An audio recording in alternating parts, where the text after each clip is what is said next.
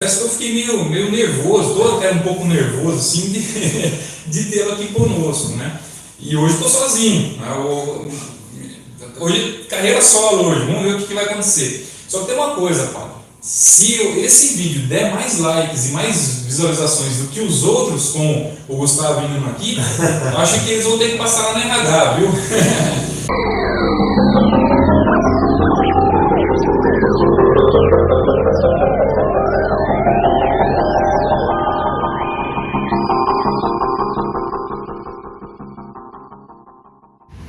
Isso aí, mais um episódio do nosso Quest Podcast.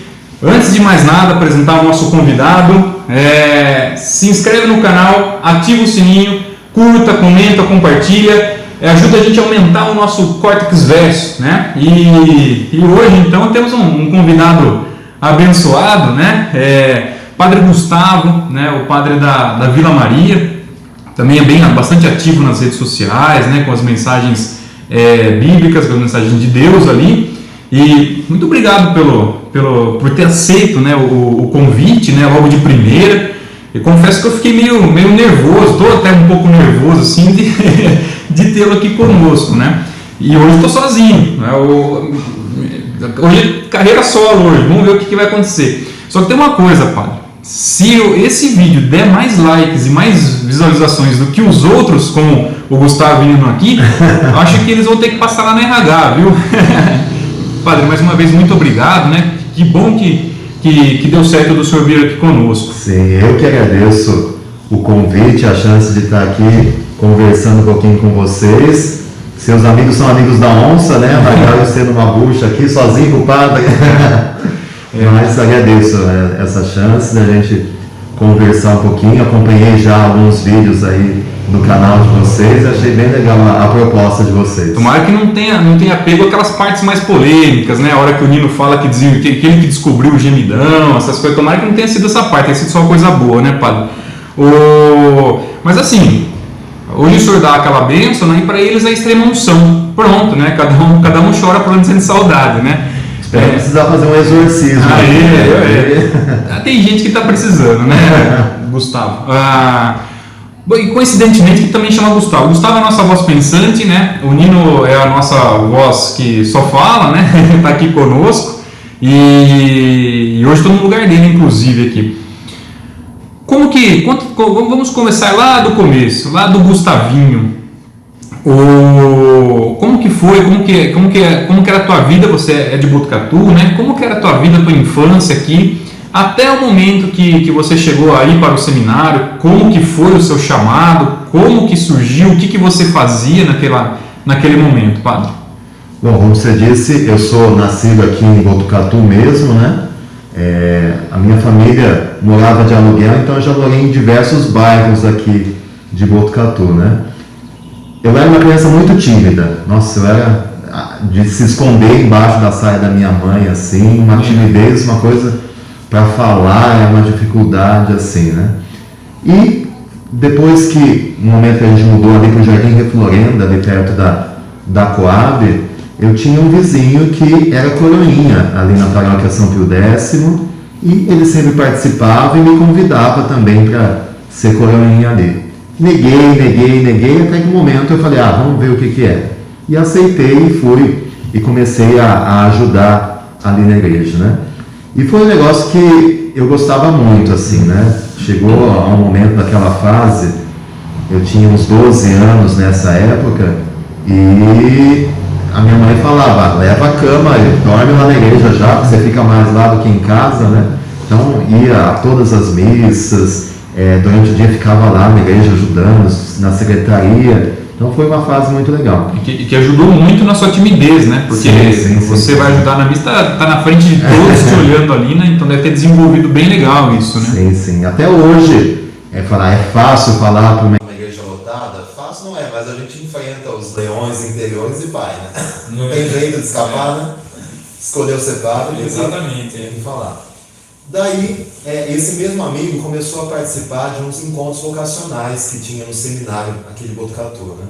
Todo último domingo do mês tinha um encontro que se falava sobre a vocação, sobre a vida do padre, para justamente ajudar na decisão dos jovens, né? Mas aquilo que chamava a atenção era o almoço. Tinha um macarrão com frango, ali, que era um negócio sensacional. A comida une os povos, né? O que dava de gente, ninguém saiu pago, mas que bem alimentado a gente foi, a gente comeu. E a convite desse mesmo amigo, eu comecei a frequentar. Era ano 2000 que eu comecei a frequentar, fui até a metade do ano e falar, não, tá bom aqui, porque depois já foi afunilando para quem queria mesmo entrar no seminário. E na época eu dizia que não, né? Até o pessoal falar, você vai ser padre. Eu respondia, Deus me livre uma desgraça dessa. Tô longe, né? Jamais. Veja onde eu tô hoje. Eita. E daí no ano seguinte, a mesma coisa, né? Comecei a frequentar uma vez por mês o seminário para esses encontros vocacionais. E naquele ano, 2001, eu fui até o último encontro, né? Que em outubro eles anunciaram, em novembro vai ter uma convivência. Vocês vão vir, chegar na sexta-noite, passar o final todo no seminário, conversar com o bispo, com o psicólogo, com o reitor, para ver quem vai ser aceito no seminário, né? Daí fui, participei, fui aprovado para entrar no seminário, né? E no ano 2002, daí sim eu decidi. Então o pessoal pergunta, mas como que você sentiu que queria ser padre? É um negócio muito esquisito, né? Que não tem como relatar, Deus apareceu e me chamou para ser padre.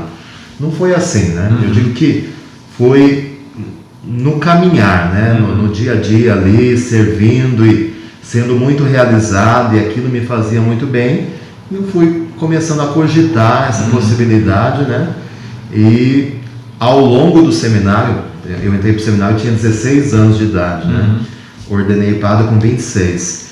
Então, nesses 10 anos, a decisão foi sendo amadurecida e chegou um momento que eu falei, não, é isso mesmo, né? Durante esses 10 anos, teve vontade de chutar o balde, largar tudo, pegar as malas e ir para casa, momentos e momentos, né? Sim. Mas eu acho que até esse longo tempo, nossa, 10 anos para se formar um padre, né? Até esse longo tempo ajuda a gente a colocar tudo na balança e a pensar se é isso, sendo isso. Sim. Se bem que, enquanto a gente é seminarista, a gente pensa no ser padre é uma coisa, depois que a gente vira padre, a gente percebe que é totalmente outra. Completamente diferente. É literalmente uma faculdade, né? Quando você entra para fazer o curso que você escolheu, acha que é aquela coisa maravilhosa. A hora que você sai dali, vai no vamos ver, né? É totalmente diferente, né? O amigo lá virou padre ou não? Não virou padre. Ia só para comer, né? Olha só, olha. Te denunciou aqui, Ele até entrou pro seminário, mas não deu certo, saiu. Hoje ele é de uma igreja evangélica e está feliz, casado também. Mas que valeu a comida, valeu. Que bacana. E assumiu uma missão ali muito, acho que difícil até, né? Não sei para você como foi, né? Mas assumiu o lugar do Padre Orestes aqui na cidade, que era um cara muito conhecido, muito querido, né? Que organizava com muita maestria a festa do milho, as procissões que tinham na cidade, entre outras ações que ele fazia, né? Assumir o lugar dele, né, após o seu falecimento, deve ter sido assim uma grande responsabilidade, né? Como que foi o convite, assim? Como que surgiu? Você contava para nós lá no café que você veio no momento da pandemia, né? Mas acho que dá para a gente retroceder até um pouquinho antes, né? Quando você teve a sua ordenação, quais foram as cidades que você atuou? Então, depois desses 10 anos de seminário, eu fui ordenado padre, né? Em 2012, no dia 7 de setembro, na paróquia Sagrado Coração de Jesus, né? Porque eu morava na Coab, depois minha família se mudou ali para a Vila dos Lavradores, e ali eu comecei a servir como coroinha, seminarista, fui ali, né? Então a minha ordenação sacerdotal, né, que eu virei padre mesmo, foi ali na Sagrado Coração de Jesus. Depois que eu fui ordenado padre, a primeira paróquia que eu trabalhei, eram duas na verdade, né? Eu trabalhava em Cerqueira César e Águas de Santa Bárbara. Eu era vigário paroquial, ajudava o pároco dessas duas cidades, né? Fiquei ali o finalzinho de 2012 e o ano 2013. Daí no final de 2013 eu fui transferido para Lençóis Paulista, no Santuário Nossa Senhora da Piedade. Fiquei o ano de 2014 ali, e no começo de 2015, em Lençóis também era vigário, ajudava o padre de lá. Em 2015 eu assumi a primeira paróquia minha, que foi ali em Aparecida de São Manuel. Em Aparecida de São Manuel eu fiquei 2 anos e meio, porque na metade de 2017 eu fui para Roma, eu fui estudar e cursar o direito canônico, né? Fui fazer um mestrado para me especializar em direito canônico, porque a igreja tem um sistema jurídico interno também, né? Então nós temos os nossos tribunais eclesiásticos, temos os processos, e para trabalhar nesses processos precisa ser especializado em direito canônico, né? Legal. Então eu fui para lá para fazer o meu mestrado em direito canônico. Então eu estava, quando a pandemia começou, eu estava começando o último semestre do meu mestrado, né? Já escrevendo a dissertação, já preparando para o final. Daí, com a pandemia, que foi muito forte lá na Itália naquele momento, né? Eu lembro o dia que eu fui para o aeroporto para voltar para o Brasil. Foi uma das cenas mais, parece aquele negócio de filme, né? Você vê que acabou o mundo e você tá sozinho no meio da rua. Não tinha ninguém. Nossa. Porque o lockdown lá foi lockdown mesmo, né? Você não via ninguém na rua. E Roma, eu morava bem no centro de Roma, numa casa de padres ali, e era sempre lotado, né? Você ia na esquina, você tinha que passar por uma multidão, aquele aperto. Você falava, ai, que raiva que dava aquele negócio. E aquele dia tudo vazio, né? Até a gente lembra aquelas cenas do Papa andando na rua, tudo vazio. Que foram cenas ali aquilo angustiantes, ali, né? Sim, aquilo ali. Para quem estava acostumado a ver aquela cidade sempre cheia de turista, muita gente na rua, ver aquela cidade vazia foi muito. E eu decidi voltar justamente porque lá a gente estava fechado em lockdown, sem ter aula presencial e tal. E estava começando aqui no Brasil, né? E eu tenho os meus pais aqui que estavam sozinhos. Meu irmão mora fora também, eu estava fora. E os dois, de grupo de risco, a gente sem saber como ia ser.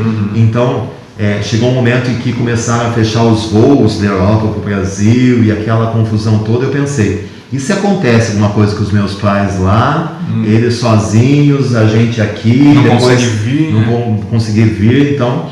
Eu consegui um voo e vim para o Brasil. Foi a melhor viagem de avião, né? Porque avião sempre apertado, eu sou alto. Vazio, eu vim na fila do meio, 4 cadeiras sozinho. Eu deitei naquelas 4 cadeiras. Estica os braços, fica uma beleza, né? Eu nunca vi um voo no aeroporto tão vazio, tão tranquilo. Daí cheguei, fiz a quarentena. 2 semanas, né, que no começo lá, aí se pegou no avião, era tudo muito desconhecido ainda. Fiz os 15 dias. A primeira vez que eu saí de casa, depois da quarentena que eu fiz quando eu cheguei da Itália, foi para ir no velório do Padre Orestes, né? Ele faleceu daquela forma trágica, e eu fui pro velório pela amizade com ele, né? Desde a época de seminarista. Ele estava na catedral ainda, ele sempre acolheu a gente muito bem. Depois, no meio dos padres, ele era aquela figura que sempre estava contando as piadas dele, sempre bom humor, as histórias dele, o jeitão dele lá, né? Então, a gente tinha um carinho muito especial por ele, né? E eu fui para participar do velório lá, mas nunca imaginei que 2 dias depois o bispo estaria me nomeando ali para... 2 depois? Foi 2 dias depois do sepultamento dele que saiu a minha nomeação. Nossa. E saiu de uma conversa com o bispo, porque na verdade a semana seguinte seria a Semana Santa. Daí já estavam fechadas as igrejas aqui, mas eu precisava de uma igreja para celebrar as missas, mesmo que online, mas para eu como padre celebrar a Semana Santa, que para nós é a semana mais importante, né? E aí o bispo já falou, mas você não quer ficar um tempo? Porque você não vai poder voltar já para a Itália, né? Porque eu vinha, por exemplo, até hoje as minhas roupas, meus livros estão tudo lá na casa que eu morava, né? Porque eu vim com mala para passar um mês, achava que o pico ia subir, ia descer, ia passar a pandemia e voltar à vida normal. E esse um mês já está mais quase 2 anos já em março completo. Então, o bispo falou, você não vai poder voltar já, fica aqui por um tempo. Na verdade, no começo eu fui nomeado como administrador, né, que é algo mais provisório. E eu vendo que a situação não ia melhorar tão rápido mesmo, vendo que eu ia poder continuar os meus estudos lá online, de fato eu terminei o meu mestrado lá, daqui online, né, fiz daí o fuso horário de lá, eu tinha que acordar às 3 horas da manhã aqui para começar a assistir a aula, que lá já eram 8 horas da manhã, né? E terminei o meu mestrado aqui via remoto, já com a paróquia, né? Na época a igreja estava fechada, não tinha ainda as missas presenciais, então deu para conciliar bem, né? Só que o meu projeto era ficar lá na Itália, depois de terminado o mestrado, mais uns 2 anos ainda para fazer o doutorado, né? E como a universidade lá permitiu, eu comecei o curso de doutorado, estou fazendo o doutorado por lá, online também, né? Então agora eu já terminei os créditos que precisa, agora me falta escrever a tese do doutorado em Direito Canônico. E uma coisa que eu sentia muito falta lá na Itália, porque lá eu era estudante, né? Até ajudava numa paróquia a cada 15 dias, mas de ter esse contato de vida de padre, todos os dias, de atender, de celebrar, isso eu não tinha lá. Minha função lá era estudar. Então, eu tinha esse desejo de voltar. Eu gosto muito de estar na paróquia, de estar trabalhando com as pastorais, com os movimentos, e resolvi voltar e com essa missão, né, de substituir o Padre Orestes, né, que na verdade é insubstituível, né? Cada padre tem o seu carisma, tem o seu estilo, tem o seu jeito de trabalhar, tem as suas prioridades, né? Então, eu desde o começo fui com a certeza de que eu não estava indo para tentar me igualar ao Padre Orestes, né? Ele serviu aquela comunidade por 18 anos, fez muito bem, deu a contribuição dele, mas agora é o momento de eu dar a minha, né? Com o meu estilo, com o meu jeito, com as minhas ideias, né? Tem muito a questão da idade, né? Ele é de uma geração, de uma cultura. Eu hoje tenho 35 anos de idade, então é outra cabeça, eu gosto dessas coisas de tecnologia, de modernidade. Então a gente vai aos poucos contribuindo. Depois eu vou sair, vou para outro lugar, outro padre vai vir, vai contribuir. A igreja continua, isso, mas o que muda, lógico, são ali toda mudança é complicado, né? Para a paróquia que estava acostumado 18 anos com o estilo do padre e tal, qualquer um que chegasse ia ser muita mudança, né? Então tem muita gente que tem dificuldade de lidar com essa mudança, né? Tem gente que queria mudança, tem gente que sofre com a mudança e é complicado sempre, né? Mas eu digo que até nisso a pandemia me ajudou, né? Porque naquele período ficamos 6 meses com a igreja fechada, né? De março até setembro. Foi em setembro de 2020 que começaram a ter as missas presenciais de novo. Então esses 5 meses depois da morte do padre deu uma esfriada um pouco. Eu acho que se o Padre Orestes tivesse morrido, na semana seguinte eu assumisse, o choque ia ser muito maior, né? Esse tempo fechado deu uma suavizada, uma acalmada e o tempo vai cicatrizando e curando um pouco, né? Você até conseguiu tempo para entender o funcionamento, né, organizacional da igreja, né? Como que para a comunidade no geral, você foi muito bem acolhido, né? O pessoal, pelo que a gente viu na imprensa, entre nós ali que eu moro ali na Vila Maria uma vida toda, né?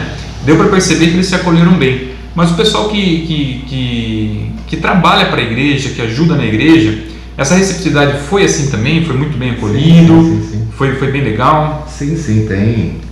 Vamos dizer que 90% acolheu super bem, né? Então nisso eu não posso reclamar. Tem uns 10% que eu sinto que não é contra a minha pessoa, né? É mais por não saber lidar com o luto pelo padre, né? E com o que se está acostumado, né?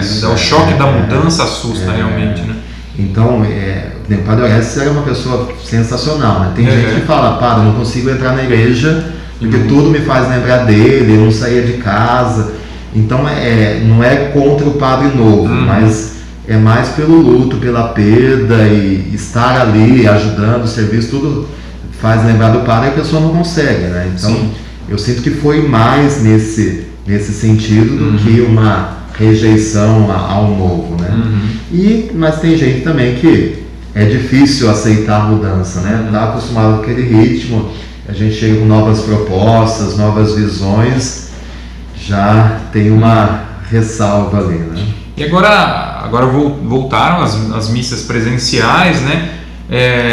Além disso, outras atividades voltaram, por exemplo, o curso de catequese, não sei quais outras atividades que tinham lá. Também voltou presencial? Como que está? Se agora agora com a liberação do decreto estadual, está 100% novamente de presença durante as missas, as celebrações? Ou ainda há algumas restrições? Vocês estão tomando alguns cuidados além do que é exigido ali das autoridades, né? Sim. A gente, desde setembro, que a gente voltou no ano passado, sempre seguindo os protocolos, né? Daí esse ano, ali por volta de março, abril fechou de novo, né? Depois voltamos em maio, se eu não me engano. Então, sempre com os protocolos, né? Ali na nossa igreja, por exemplo, eu tirei todos os bancos, coloquei cadeira para a gente conseguir manter o distanciamento, né? Você coloca banco, o povo não respeita, senta todo mundo junto. Com as cadeiras já ali demarcadas, então você consegue manter a distância segura entre as pessoas, né?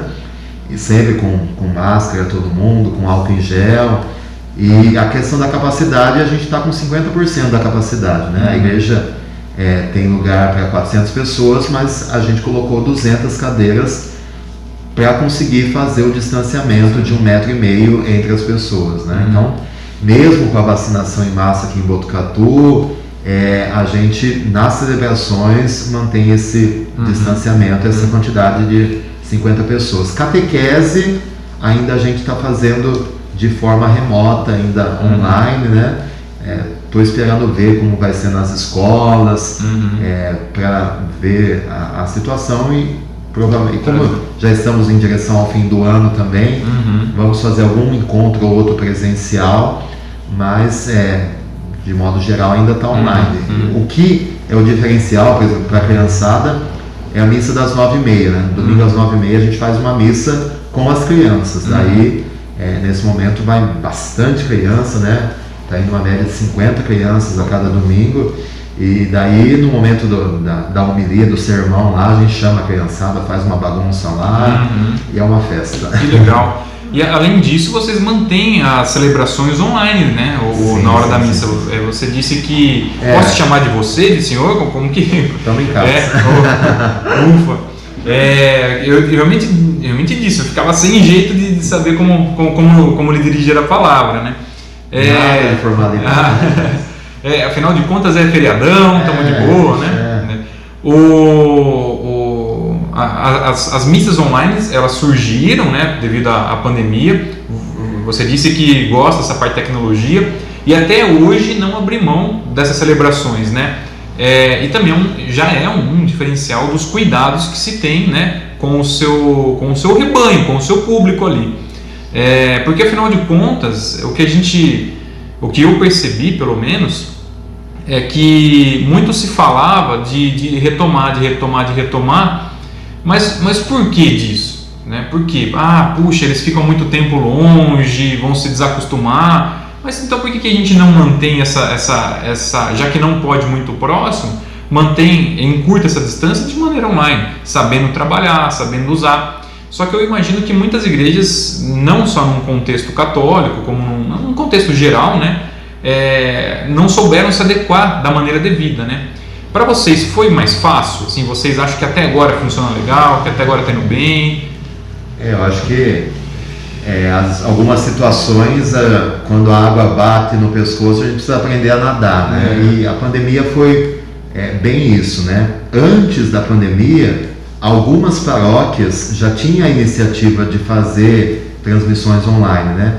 Eu lembro do Padre Zezinho, lá da Sagrado Coração de Jesus, que naquela época, vamos falar uns 10 anos atrás, ele já inventou um sistema de câmeras na igreja de transmissão.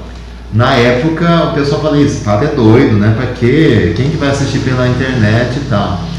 E ele já foi um visionário, porque hoje a gente chegou no momento que a gente precisa disso, né?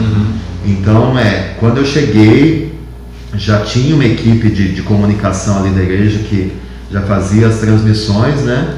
Mas eu digo que eu sou muito chato, eu sou muito exigente, né? Então, quando não ficou perfeito a questão do som, da imagem, eu não sosseguei. Hoje, eu posso dizer que a nossa qualidade de transmissão, as artes que a gente coloca, já está muito boa. Ainda não está perfeito porque eu sou chato e a gente vai chegar lá ainda. A Rede Globo que se cuida. né? Mas, então a gente cresceu muito nesse sentido.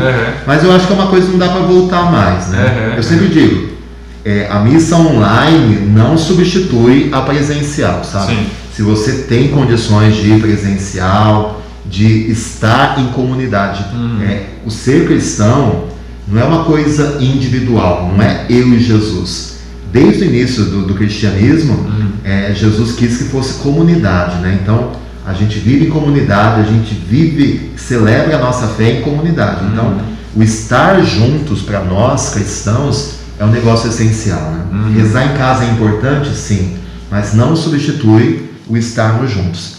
Mas, se não é possível estar presencial, o online é melhor do que nada, né? Porque, por exemplo, para nós, a coisa mais importante da missa é a Eucaristia, a comunhão. Em casa a gente fica sem, né? Por mais que faça a comunhão espiritual, mas não substitui o sacramento da Eucaristia, né? Por isso que, para nós, sempre a primeira opção é o estar presente em comunidade, recebendo o sacramento da Eucaristia. Mas, se não é possível, é melhor do que nada estar online, né?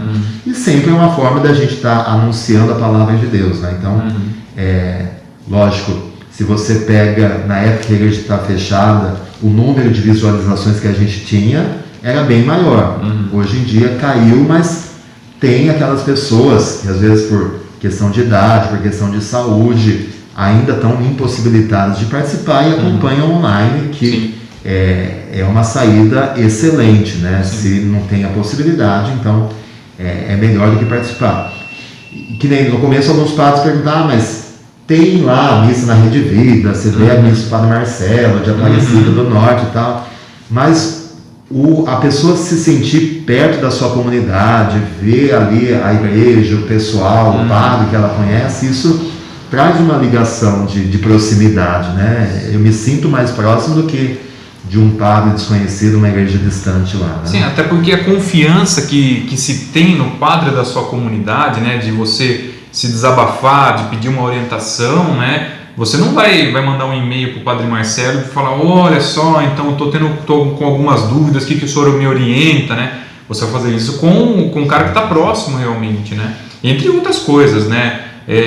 Agora eu compreendo, né, com as suas palavras, a ideia da união, né? A gente pode pensar as mesmas coisas, você ter a mesma ideologia, os mesmos, né, ideários para um mundo melhor, só que se você estiver morando em outro bairro, em outra cidade, em outro país, não vai resolver muito. A gente só vai ficar na internet aquela coisa fria, né? Se juntar todo mundo e dali surgir algo palpável, é muito melhor para se sentir, para se viver, né? É diferente é bonito de se ouvir, é gostoso de se ouvir, mas é diferente o Padre Marcelo falar assim, ame os outros, seja bom, e você tocar no meu ombro, né, e falar assim, viu, você ame os outros, cara, né, e dar essa orientação. É diferente, né? A pessoa às vezes realmente se dá essa reenergizada no seu dia a dia, né? Compreendo agora. E daí a gente foi avançando, né? Daí, na Semana Santa de 2020, me veio a ideia de, além das celebrações da Semana Santa, de fazer alguns vídeos com meditações sobre a Semana Santa. E comecei a fazer, eu já tinha um canal do YouTube há séculos, né? Mas nunca tinha postado nada, né? Hoje eu penso, né? O tempo que eu fiquei na Itália, podia ter feito um monte de vídeo, lugar bonito e tal, perdi a chance, né? Ou não, quando for para lá de novo, tem a oportunidade de fazer o melhor do que antes, né? Sim. Daí comecei com esses vídeos que eu fazia no quintal da casa da minha mãe, meditando algumas passagens, o Evangelho, algumas orações. E aquilo foi crescendo, e o pessoal, padre, continua, e eu continuei. Então hoje o canal do YouTube, todo dia a gente publica o Evangelho do dia, então eu leio o Evangelho e faço uma meditação sobre aquela passagem, e à noite também a gente posta uma oração agradecendo a Deus pelo dia, porque tem muita gente que tem dificuldade em rezar sozinho, né? Então se tem alguém rezando junto, isso ajuda a pessoa, né? E a resposta está sendo muito positiva, né? Então a gente percebe que dessa crise saiu muita coisa boa, muita coisa positiva, né?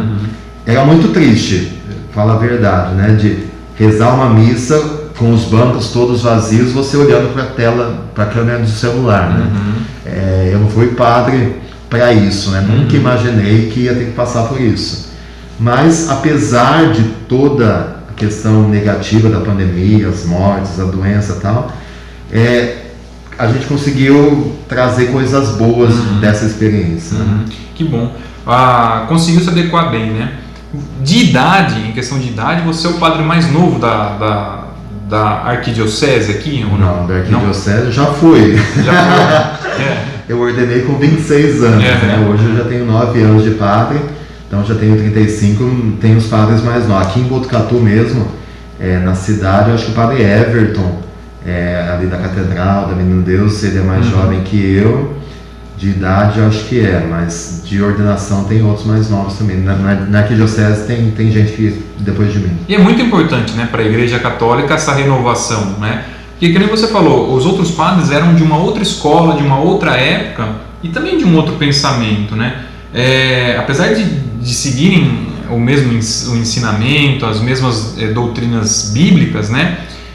O pensamento de como agir, de como levar a mensagem acaba sendo diferente, né? E é importante, né? Porque você reestrutura e restaura um pouco o acesso para a igreja, né? Porque eram palavras mais difíceis, eram palavras às vezes até mais monótonas. Putz, ele vai falar isso de novo, outra vez, né?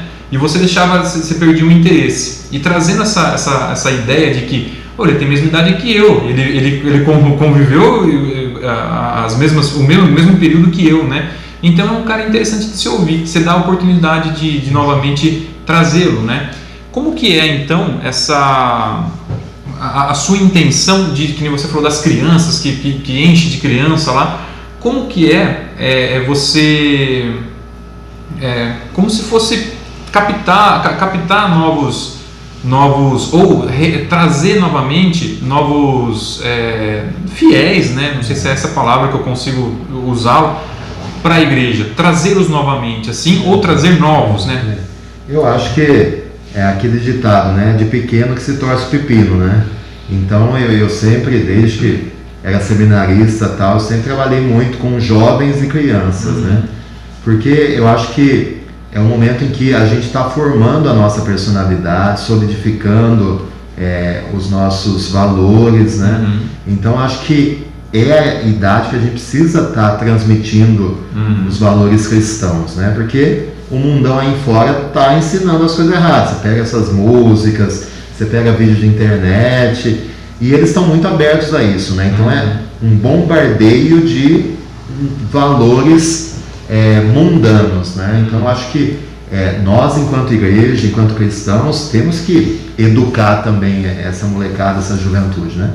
Quem já está adulto, quem já está de idade, já tem. Quem vai na igreja já vai. Mas eu acho que é importante a gente trazer e mais do que estar dentro da igreja, transmitir os valores que Jesus transformou para a gente, né? Porque, como se diz o provérbio, né?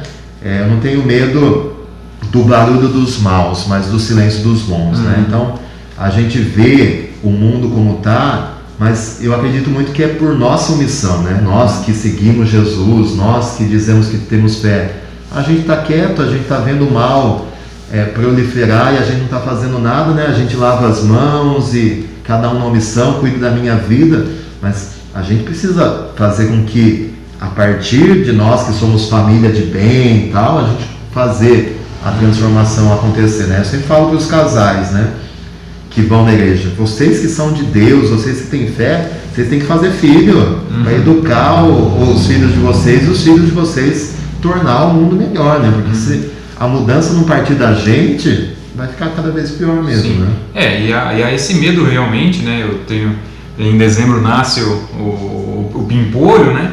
E no primeiro momento a gente teve esse receio, como que vai ser um mundão lá para ele ficar bem. A nossa função vai ser educá-lo para isso, né? Criar o seu senso de ser uma pessoa correta, a sua ideia de ser uma pessoa decente, né? E não apenas deixar largar, mostrar os caminhos, né? A nossa função vai ser aquela, né? Não é só dar comida, não é só dar banho, não é só trocar. Já começa dali pequenininho, né? Eu acho que é justamente isso, né? Dá medo, mas se a gente também não faz alguma coisa, se a gente não ilumina o mundo, fica difícil, né?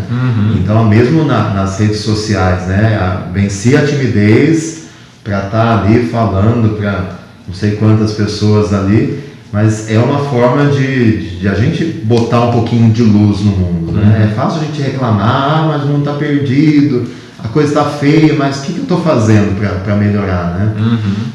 Nada. Então a culpa é minha também, né? O meu silêncio, a minha omissão tem a sua parcela de responsabilidade da coisa estar do jeito que está. Né? E muitas vezes a pessoa ela contribui involuntariamente, né? Compartilha aquela fofoca, fala, olha de um jeito que condena, né? Então ela não percebe, está tão acostumada a isso, né? Que ela realmente não consegue se autoavaliar, né?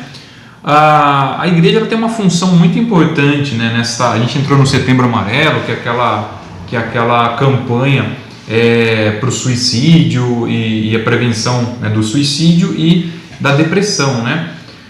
A igreja ela tem essa importância muito, muito fundamental, né? Acho que você deve receber pessoas que sofrem com isso, sofrem bastante com isso, né? Nessa questão, além de outras orientações, outras questões ali que te procuram, que te demandam, né? O padre, quando ele estuda, ele tem algumas formações dentro do seminário, né? Que é psicologia, filosofia, entre outras, né? Como que é quando você está no colégio ali A nossa formação, basicamente a gente faz duas faculdades, né? Primeiro em Botucatu é uma preparação e tal, depois eu fui para Marília e lá eu fiz faculdade de filosofia e de teologia, né? A filosofia para nos ensinar a pensar, para entender um pouco o pensamento humano, o ser humano. Dentro da filosofia a gente tem algumas matérias de psicologia que ajudam um pouco a gente nisso, né? E depois a teologia, que é um olhar mais para Deus, para as questões religiosas, para a vida pastoral, né? Então, falar que tem uma formação específica para essas coisas, a gente não tem tanto especialidade. Tem algumas pinceladas, a experiência, as leituras, os estudos que a gente faz ajuda muito, mas tem situações que eu, como padre, falo, procure uma psicóloga, procure um terapeuta, um psiquiatra, porque não são questões espirituais, né? Muitas vezes de saúde, né? Muitas vezes, infelizmente, as pessoas acabam demonizando tudo, né? Porque é o diabo que está fazendo, e às vezes são problemas emocionais, são traumas que não foram bem curados, né? Então a nossa missão como padre é ouvir, aconselhar, tentar, porque eu acho que a fé é um suporte que ajuda a gente para a vida, né? Não adianta falar, eu tenho fé em Deus, eu rezo tanto, mas se essa fé não está conectada com a nossa vida, né? Não tem sentido nenhum. Então, se eu dou uma orientação, rezo pela pessoa, mas se eu percebo que são problemas psicológicos que precisa de uma ajuda profissional, a gente sempre encaminha para essa ajuda profissional, porque infelizmente às vezes a gente acaba dando a solução mais fácil e a solução mais fácil não resolve, né? A questão da depressão que você tocou, de suicídio, né? Muitas vezes fala, mas é falta de Deus. Nem sempre é falta de Deus, né? Nos últimos anos a gente tem acompanhado muitos casos aqui no Brasil e no mundo todo, né? De suicídios de padres e religiosas, né? Só esse ano no Brasil foram 2 padres que se mataram, né? Ano passado foram 8 padres que cometeram suicídio, né? Então a gente se pergunta, nossa, mas um padre cometer suicídio, então não é falta de Deus, né? Sim. Mas é não saber lidar com as cargas, com os problemas, com as emoções, e que precisa ser cuidado, né? Então a igreja sempre foi uma defensora da vida, né? Não só contra o aborto, mas a vida emocional, a vida material, né? Por isso todo o trabalho social da igreja, que é uma forma de defender a vida também, né? Então a igreja tem a missão de evangelizar, mas não só a alma da pessoa, é a pessoa inteira, né? Sim. Se a pessoa está passando fome, a gente tem que ajudar. Se a pessoa está sem emprego, a gente precisa promover a pessoa. Se a pessoa está com um peso emocional, precisa ajudar. Então é a pessoa por completo, né?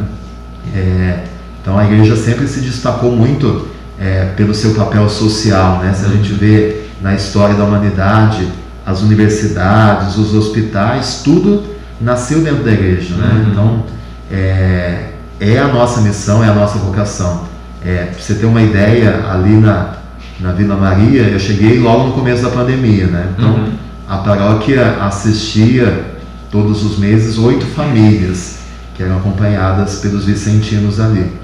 Hoje em dia nós temos 37 famílias, né? Então você vê que o desemprego, a questão social com essa pandemia se agravou muito, né? E muito mais famílias estão precisando de ajuda, né? Então é um trabalho que a gente realiza ali de fazer promoções, de fazer eventos, de ajudar com a cesta básica, com as visitas a essas famílias, de tentar ajudá-los, não só com a comida, né? Mas de tentar promover também aquelas famílias, né? É que ainda com a pandemia eu tenho muitas ideias que não deram para ser colocadas em prática por não poder estar reunindo as pessoas, né? Mas é um trabalho que eu quero realizar ali nessa parte social, né? De esporte para a criançada, atividade com os idosos, alguns trabalhos com artesanato, essas coisas, para de fato a gente poder estar ajudando as pessoas também, né? Porque não é só rezar, a gente precisa ajudar e amar no que as pessoas precisam mesmo, né? E com essas atividades você traz a comunidade para mais perto da igreja, né? Que nem você falou, na sua época você ficava o tempo todo lá, né? Praticamente todos os dias da semana, né? E você, agindo dessa maneira, consegue, né, trazê-los aqui e ganhando essa confiança novamente, né?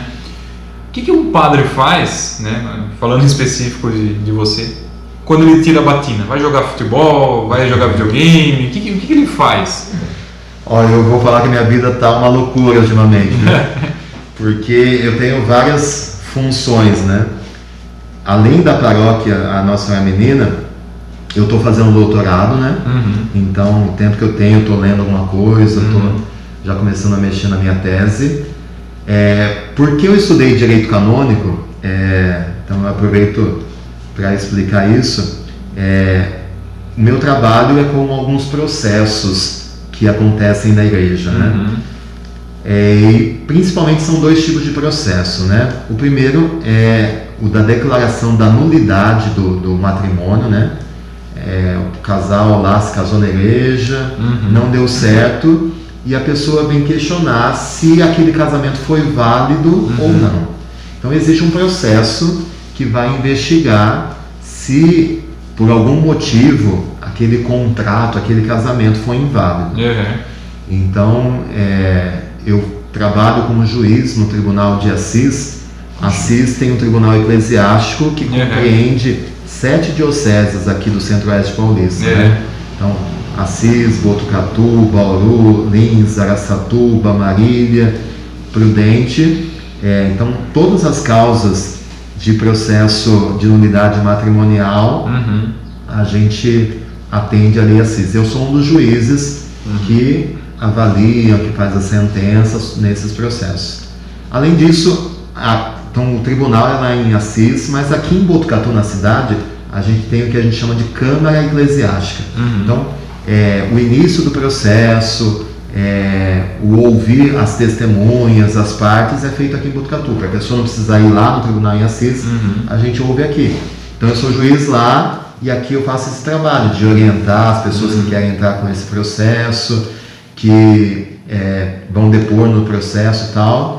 A gente faz aqui. Então eu tenho essas funções, né? Mas ultimamente o tempo que me sobra, futebol eu sempre foi muito ruim desde criança, né? Então videogame eu tive quando estava em Aparecidinha de São Manuel, né? Quando fui para Roma vendi, não comprei mais. Eu vou na academia, então eu tento todo dia ir na academia quando os compromissos deixam. Ler. Então, ultimamente tenho lido mais coisas de direito canônico já, mas eu gosto bastante de ler, ouvir música, às vezes estou em casa, boto lá a música para rodar, assistir TV, agora menos, mas de vez em quando uma série ou outra e tal, mas às vezes eu prefiro estar com uns amigos assim, né? Um churrasquinho, alguma coisa assim, ou na casa dos meus pais, que são daqui de Botucatu. E você é muito requisitado, a gente estava com dificuldades de agendas, né? Porque ia num casamento em tal lugar, ia celebrar não sei aonde, né? Acaba... fim de semana, vocês queriam marcar de domingo de manhã. Domingo de manhã. Domingo de manhã, eu tenho missa às 8, às 9h30 e às 11, igual a telecena, de hora em hora tem missa lá. Impossível, né? Porque acaba das 8, acaba às 9, tem meia hora de intervalo, já começa outra, depois meia hora de intervalo.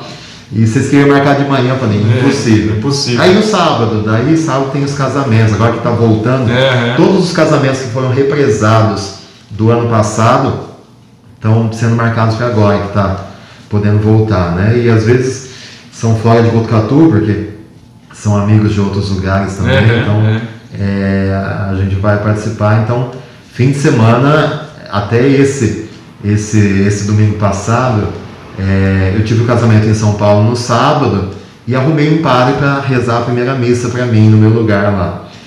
E no fim eu cheguei antes, consegui acordar cedo e fui numa padaria tomar café da manhã. Eu olhava assim, gente, existe vida fora da igreja domingo de manhã.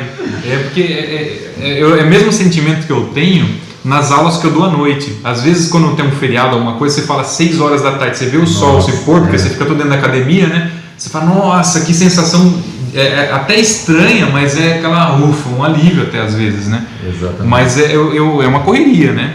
Acaba sendo uma... Domingo, tem domingos que eu tenho 5 missas, normalmente são 4, e uma vez por mês ou 2 são 5 missas no domingo, né? Então o negócio... Fica pesado. E a festa do milho seguiu como drive, né? Acho que já é a segunda, né? Teve a festa e a safrinha, não foi? Tivemos 2 safrinhas e a festa de março. Então é a terceira que organiza. Tivemos 3, né? A gente teve que se reinventar, né? Porque é uma tradição da cidade, é uma festa que, na verdade, mantém os custos da paróquia, né? Porque nós temos funcionários, tem gasto de energia, tem o material que a gente usa para a liturgia, tem a mensalidade que a gente paga para a arquidiocese, então tem os gastos fixos mensais da paróquia. Né? E a arrecadação sem as missas, sem coleta, sem a doação, caiu muito. Então a gente precisou fazer uma festa, precisava fazer. Como não podia ser presencial, tivemos a ideia de fazer no sistema drive-thru ou delivery também, e deu muito certo, né? Que legal. É uma coisa que a festa não precisa nem de publicidade, porque você fala a festa do milho, o pessoal já participa, né? Sim. Então foi uma experiência muito legal, principalmente a primeira, assim, né? Porque estava todo mundo dentro de casa, foi em julho do ano passado, aquele negócio, então quando fala vai ter um negócio, o povo já fica louco para participar, né? Então foi uma experiência difícil de organizar, principalmente a organização, de pedir para o pessoal reservar antes, você prever as quantidades, porque estavam acostumados com a festa presencial que vende tantas pamonhas. Sim. E agora online, vai ser quanto? Então, o que eu faço? Foi um jogo de chutes, de acertos e erros bem emocionante, assim, mas foi uma experiência muito boa, né? Que legal. Que nem, o pessoal que trabalhava na festa do milho, muitos eram da terceira idade, né? Mas com a pandemia eu não podia chamar esse pessoal para trabalhar, né? Deus me livre, alguém pega uma Covid e morre, a culpa é do padre, né?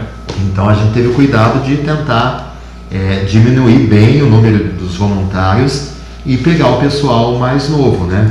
Mas nisso eu arrumei uma briga com as velhas, porque as velhas, o padre não gosta de velho, o padre está funcionando aqui na igreja. Elas queriam ir. Mas pela minha responsabilidade eu não podia chamar esse pessoal. Claro, com certeza. Mas tem gente que não entende, né? Então mas consciência limpa, coração tranquilo, deu tudo certo. Que bom. Se Deus quiser, agora o pessoal vacinado, vamos voltando aos poucos, né? Que legal. A gente está entrando na reta final do nosso bate-papo. Eu tenho uma última pergunta e depois eu vou deixar você livre para deixar a mensagem que você quiser, da maneira que quiser, para quem você quiser, né? Normalmente a gente deixa livre esse momento final para o convidado. Mas a pergunta é o seguinte, né? Você falou que tem vários projetos que devido à pandemia ainda não conseguiu colocá-los em prática, né? Aonde você quer chegar? Qual é o seu maior projeto, né, que você fala assim, esse aqui é questão de honra, de fazer, de mandar ver? Dá um spoiler, né, falando uma linguagem um pouco mais moderna, nem tão mais moderna, eu percebi que eu estou ficando ultrapassado aqui, o pessoal vem conversar, eu estou cringe, o pessoal vem conversar e fala, o que é isso aí, né? Mas aonde você quer chegar? Falar, esse aqui é o meu projeto de vida, assim que eu concluir eu posso falar, ufa, é isso, né? Lógico que outros vão surgindo, mas atualmente qual é aquele projeto que está na gaveta que você fala, esse aqui é o querido? Você diz na vida pessoal ou na paróquia, assim? Eu acho que acaba sendo meio que juntos, né? Porque hoje em dia a minha vida é ali a comunidade, né? Então, pessoalmente eu falo que eu sou muito realizado, muito feliz como padre, né? Então, se eu vejo que o trabalho vai sendo frutuoso, né? Isso já me realiza enquanto pessoa, né? Mas enquanto comunidade eu sinto muito a saudade dos retiros, dos encontros, das confraternizações, da vida normal da caminhada, né? Então acho que quando isso puder voltar, a gente puder se reunir sem peso na consciência, sem máscara, podendo apertar a mão, podendo abraçar, isso já vai ser... Mas eu penso muito nesses encontros, nesses retiros, nessas atividades, né? E nesses projetos sociais, né? Eu tenho uma paróquia ali que tem um espaço enorme, coberto, as salas, então eu quero bem dinamizar com várias atividades para criança, para jovem, para idoso. Então minha ideia é ver tudo isso funcionando e as pessoas participando, as famílias principalmente, né? Eu gosto muito de trabalhar com a criança, com o jovem, mas com as famílias, né? Porque eu acredito muito que é a família que vai salvar o mundo, é ali que está a nossa base, né? E infelizmente as famílias sendo destruídas são os valores que vão se perdendo, né? Então eu penso muito na família, né? Bacana. E fazer aquilo movimentar a semana toda, o dia inteiro cheio de atividades, né? Que legal, eu acho muito viável essa ideia. E para isso eu quero muita parceria, assim, né? Porque, claro, lógico, se alguém de outra religião tem um projeto, vamos trabalhar junto, né? Eu acho que essa discussão, briga por religião é a coisa mais idiota no mundo, né? Se você pensa diferente que eu, mas temos um ponto em comum, vamos trabalhar as nossas semelhanças, vamos unir as nossas forças e vamos trabalhar juntos, né? Então, muito eu não quero que aquele espaço ali da Vila Maria seja para ser usado 1, 2 vezes no ano só para a festa do milho, né? Acho que a gente tem potencial para muito mais, né? Eu imagino, né? Aulas de dança, aulas de inglês, de música, de Kung Fu, opa, por que não, né? E entre outras coisas. Eu acho que a ideia seria muito, tomara que dê certo logo isso, né? Amém. Torcendo. E deixa então livre para você deixar a mensagem que você quiser, da maneira que quiser, né? Para todos ali. Não, eu acho que a mensagem final que eu quero deixar, eu acho que essa conversa ajuda a desmitificar um pouco a figura do padre, né? Porque às vezes tem gente que acha que padre é um ser de outro mundo, né? Um ET que caiu aqui. Não, somos humanos, né? Eu tenho muita consciência dos meus limites, das minhas falhas. Sei que machuco as pessoas às vezes, porque tem dia que a gente está de mau humor, tem dia que a gente está mais sério, tem dia que a gente acaba descontando os problemas em alguém, né? Somos humanos, né? Mas eu digo que eu sou muito feliz, muito realizado enquanto padre, né? E com o carinho das pessoas, todo lugar onde eu vou, onde eu passei, sempre deixei muitas amizades. Isso humanamente, sentir a pessoa que não tem aquele receio, aquela distância, mas pode se aproximar, somos amigos, né? Ali no altar, sou mais sério um pouco, tal, porque a celebração, aquilo que a gente está tratando é muito sagrado, mas fora dali eu sou padre ainda, mas sou um ser humano, né? Então, de brincar, no Instagram eu abro as caixinhas das perguntas toda quarta-feira. Hoje é quarta, hoje é quinta? Hoje é terça. Hoje é terça. Amanhã é dia de amanhã é de caixinha. Então é gostoso e gratificante, né? De ver que o padre foi tirado do meio do povo, mas continua sendo povo, né? Sim, sim. E essa visão, essa proximidade, esse desmistificar um pouco é uma coisa fundamental, né? Somos humanos chamados para Deus para uma missão especial, mas esse Deus que é amor, que é humor, tinha um bispo que fala, Deus é amor, mas é humor também. Então a gente precisa encarar a vida com mais leveza também, nem tudo a gente pode levar muito a sério, né? Às vezes assusta, né? Eu às vezes vou numa festa de casamento e vou e danço, tal, o pessoal associa, o padre está dançando, tal, como se fosse o pior pecado da face da terra. Então, outro dia, eu fiz uma dancinha lá do TikTok, aquelas coisas. Nossa, mas teve uma pessoa que eu nunca imaginava isso de um padre fazendo isso. Onde você quer levar a gente? Quer levar para o céu mesmo? Ou seja, tem gente que tem uma visão tão fechada, né? Então, mas eu acho que esse lado humano do sacerdote é o que muitas pessoas que não têm proximidade, quem conhece, quem está perto já sabe, mas às vezes se tem uma imagem assim, uma reserva moral do padre, ficam surpresos, que é coisa de novela, né? Na realidade é outra coisa, né? Surgiu uma última pergunta, né? Qual que é o seu trecho favorito que você carrega da Bíblia, né? Que você carrega como filosofia de vida, aquela coisa que te norteia para praticamente todas as decisões ali? Na nossa ordenação de padre, a gente sempre escolhe um lema, né? Uma frase, o meu é um versículo do Salmo 88, que diz assim, eu cantarei eternamente o vosso amor.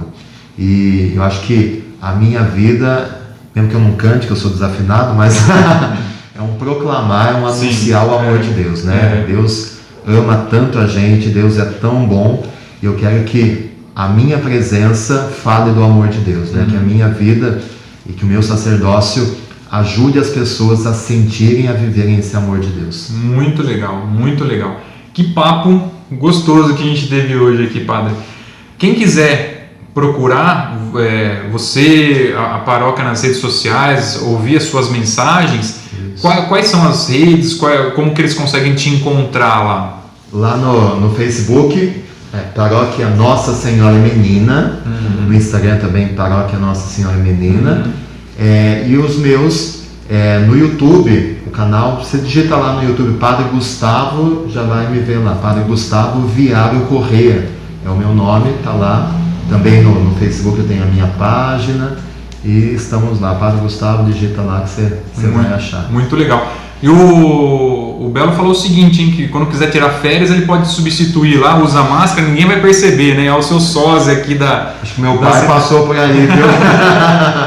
Beleza. Padre, muito obrigado mais uma vez pelo convite, muito gostoso esse papo, né? Realmente, eu vim nervoso, achando que o que eu vou falar, como que eu vou falar, né? E hoje, agora no final, desmistificou essa ideia de bater um papo, de conversar com o padre, sem ter o cunho religioso. Óbvio que teve, mas não foi o foco, né? Então é muito gostoso, me sinto bem satisfeito e realizado. Espero que você também, né, dessa maneira ali, né? Eu acredito que nunca tenha conversado com um professor de Kung Fu, né? Não. Achou que eu ia sair voando, quebrando aqui, né? Então, do mesmo jeito que também tem que desmistificar paradigmas, né? Muito obrigado mais uma vez. Pessoal, se inscreve no canal, ativa o sininho, curta, comenta, compartilha, segue lá os padres e a paróquia nas redes sociais para você acompanhar também as mensagens do dia a dia ali. E é assim que chama mesmo, né? Mensagem do dia a dia, né?